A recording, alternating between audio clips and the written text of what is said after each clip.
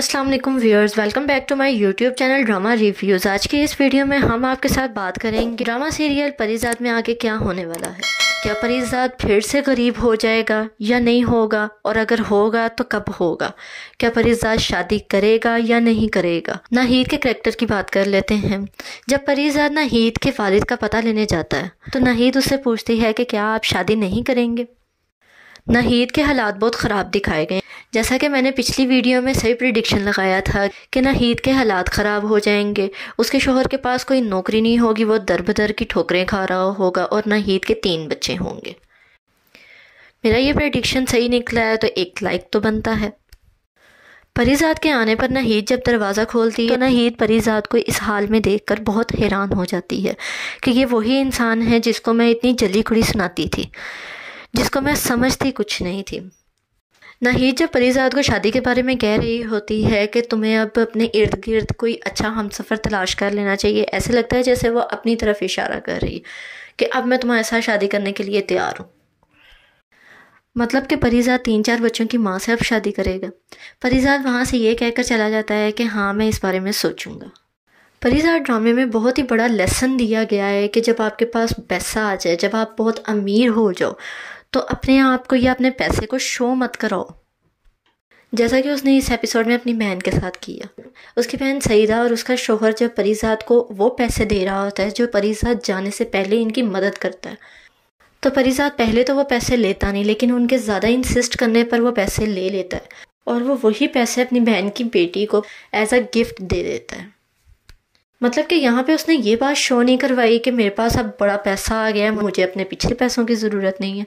उसने ऐसा कुछ भी शो नहीं कराया, जो कि इस ड्रामे को और इंटरेस्टिंग करता जा रहा है कि इस ड्रामे की एग्जीक्यूशन इतनी अच्छी की गई है कि इसकी आने वाली अगली एपिसोड्स को लोग देखने के लिए बेताब हो रहे हैं।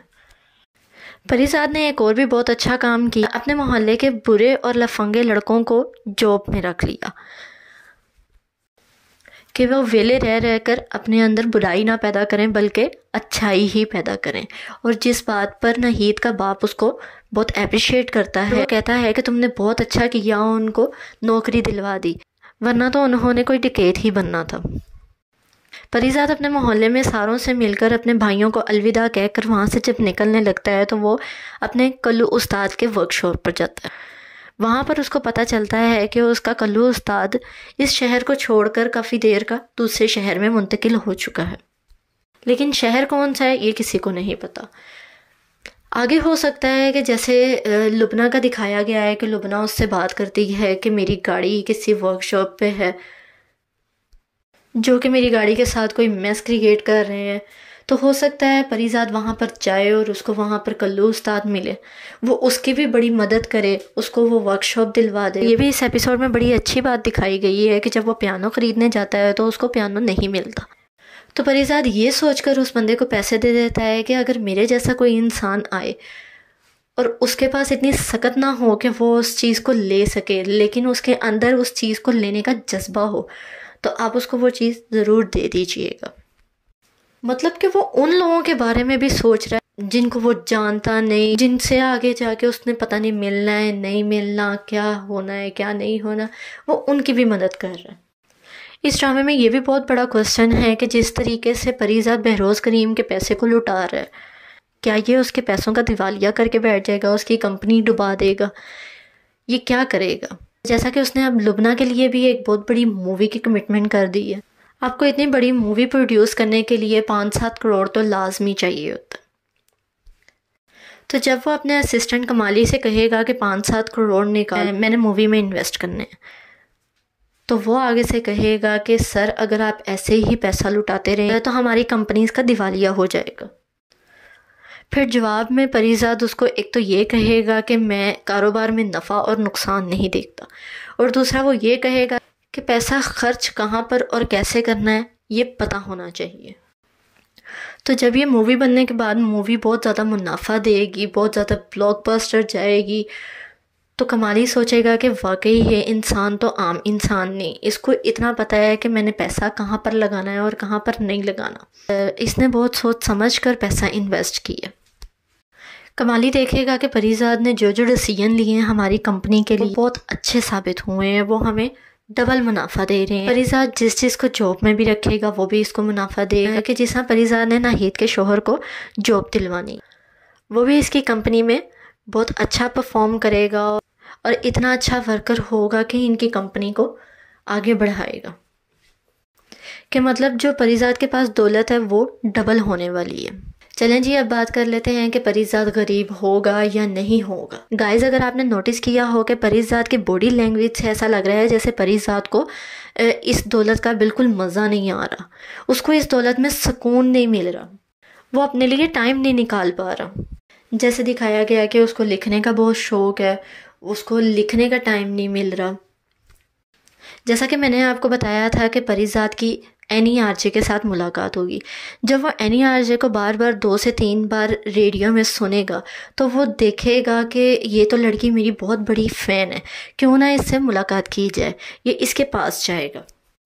जब वो इसके पास जाएगा तो देखेगा ये तो अंधी है, तो फिर इसको ये एहसास होगा कि ये मेरी इतनी तारीफ़ें क्यों करती थी, क्योंकि इसने मुझे देखा नहीं। ये भी चीज़ परिजाद को बहुत अपसेट करेगी कि लोग मुझे देखकर क्यों नहीं पसंद करते। और वो इस बात को भी नोटिस करता है कि जब मेरे पास पैसा नहीं था, फूटी कौड़ी तक नहीं थी, तो तब लोगों का रवैया मेरे साथ क्या था, और अब जब मेरे पास इतना पैसा है, मैं इतना अमीर हो चुका हूँ, अब मेरे साथ लोगों का रवैया कैसा। फिर परिजाद एनी की आंखों का इलाज कराएगा और उससे मिले बगैर वहाँ से चला जाएगा। गाइस, मुझे ऐसे लगता है जैसे बेरोज़ करीम ने परिजाद पर अपना इतना एतमाद करके अपनी सारी जायदाद दे दी, इसी तरह ही परिजाद करेगा। परिजाद भी किसी ऐसे इंसान को ये सारी जायदाद दे देगा जिस पर उसको एतमाद होगा कि ये बेरोज़ करीम की कंपनियों को डूबने नहीं देगा, और बेरोज़ करीम जो कि मर चुका है उसके साथ लॉयल रहेगा। और मुझे लगता है शायद ये उस इंसान को देगा जो इसका असिस्टेंट अकबर है, शायद उसको सारी जायदाद दे जाए, या शायद कोई किसी ट्रस्ट में बांट जाए, या क्या करे, आगे चल के देखेंगे। वो अपना सब कुछ छोड़ छाड़ के कहीं गुमनाम हो जाएगा, और गुमनाम क्यों होगा उसके पीछे रीज़न ये है कि उसको अपनी दौलत में सुकून नहीं मिल रहा होगा। क्योंकि परिजाद इस बात को ऑब्जर्व करेगा कि मेरी लाइफ का मकसद क्या है। उसको लिखने का बहुत शौक था, वो देखेगा कि मेरी लाइफ का मकसद लिखना है, जो कि वो इस लाइफ में नहीं लिख पा रहा होगा।